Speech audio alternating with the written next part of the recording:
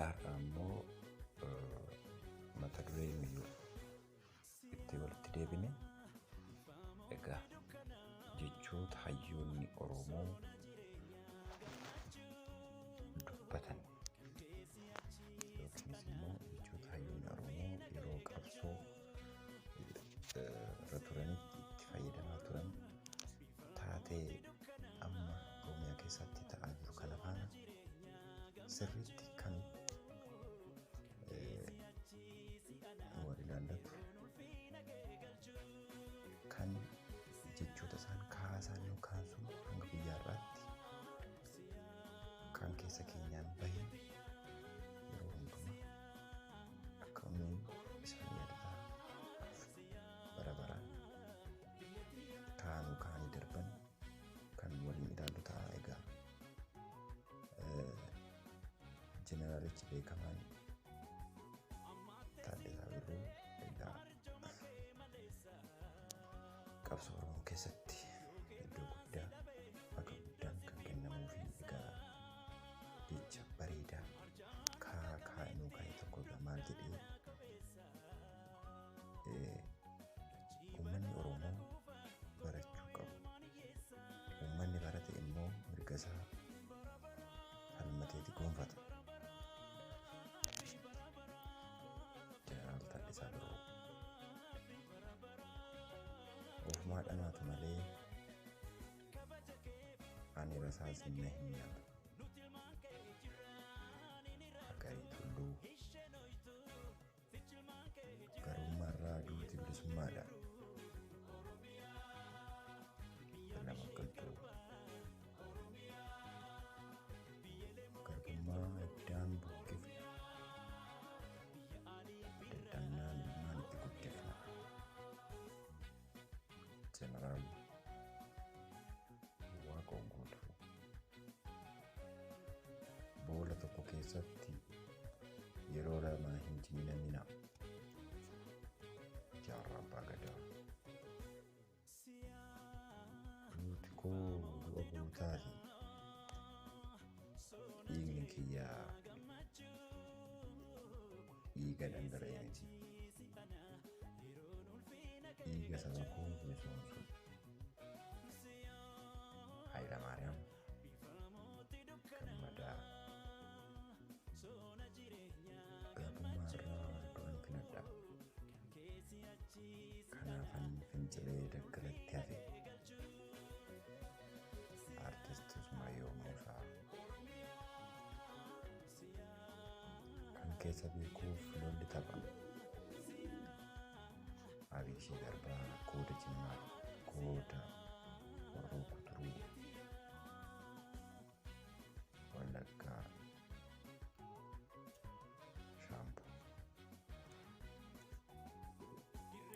jeedala ta'ee waggaa 100 jiraaturra leenca ta'ee adii duunaaf wayya. Boonee egaa hordoftoota keenya jechootni egaa akka kaayaatti akka warqeetti warqee caalutti ol nu kaa'anii beektonni keenya daran egaa baay'eetu jiru. Isaan keessaatii egaa muraasa kan nuyi waliin ilaalaa jirru egaa kabiroollee yeroo biraa kan qabannee waliin ilaallu ni ta'aati. Egaa akkuma itti fufetti jira egaa jechoonni hayyootni keenya itti gargaaramaa turan yeroo qabsoo isaanii egaa jechoota akkas akkasiitiin kan jechoota nama hoomilchiisan, jechoota nama kakaasan, jechoota sirriitti fudhatama qabaatanii qabsaa'ota waliin kan isaan egaa jechoota kana fayyadamanii yeroo sana fincilaa turan jechuudha. Egaa akkuma itti fufetti kan jiru yoomiyyuu Itoophiyummaa caalaa Oromummaan dursa kan jedhe egaa Oromo First kan jedhe dubbate egaa hunduma keenyaafuu kan yeroo dhiyooti waan ta'eef hundumti keenya iyyuu egaa jecha kana kan beeknudha. Egaa beekaa keenya yookiin immoo xiinxalaa siyaasaa aktiivistii Oromoo beekamaa Jawaar Mohaammed jechuudha. Namni seenaa hin beekne akka bishaan gabatee irraati. Garuu argetti jajallata kan jedhe egaa artistii Eebbisaa Addunyaati. Akkaanni diinaa dhiisuu, diina ofitti gabbisuu, hangaatu caalaa bilisa ta'een dhaladhe. Bilisaan jiraachuu baadhus bilisummaa kiyyaaf qabsaa'een du'uu irra humni tokkollee na hin dhowwu kan jedhe Injiinar Tasfaawun Cawdaa. Uummata Oromoo kan mo'u jaalala qofa. Kunillee egaa akkuma Oromoo Ferestii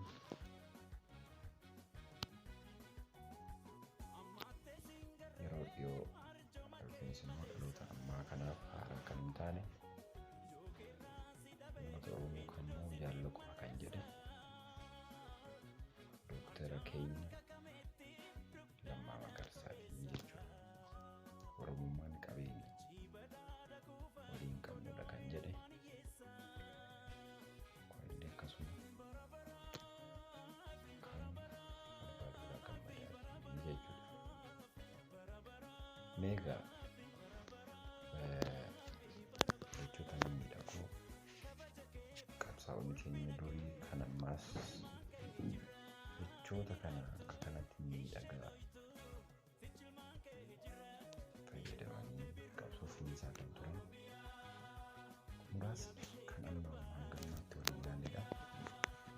Warreen maatiin hin ta'in asumaan maatiin akka fakkaatan kabajaan isin gaafannaa akkam jajjabeessitan wantoota bashannansiisoo barsiisoo mimmiidhagoo ta'an qabannee ni dhufna gara fuulduraatti. Kun egaa jalqabbiidha. Mandardariyyaa jedhamu afaan warra jalaatiin. Kanaafuu kanaan ol egaa qabannee akka dhufnuuf akka isin nu jajjabeessitan koomeenti akka naquutan wantoota irratti waan akkasii irratti hojjechuu qabda. Waan akkasiitu si baasaa. Waan akkasiitu fudhatan si qabata jettaniif koomeenti wanaaf gootan wanna sana bakka lixuute fidee akka ofii kiyyas hawaasa kiyyas tajaajilu asumaan waadaa galuu barbaada. Egaa namoonni sabskiraaybii hin tuqin, namoonni laayikiin tuqin, koomentiin godhin egaa darbuun dhorkaadha. Sheerillee yoo isinii danda'ame sheeruuf godha. Jajjabeessaa furaa deebanaa galatooma. Bye bye.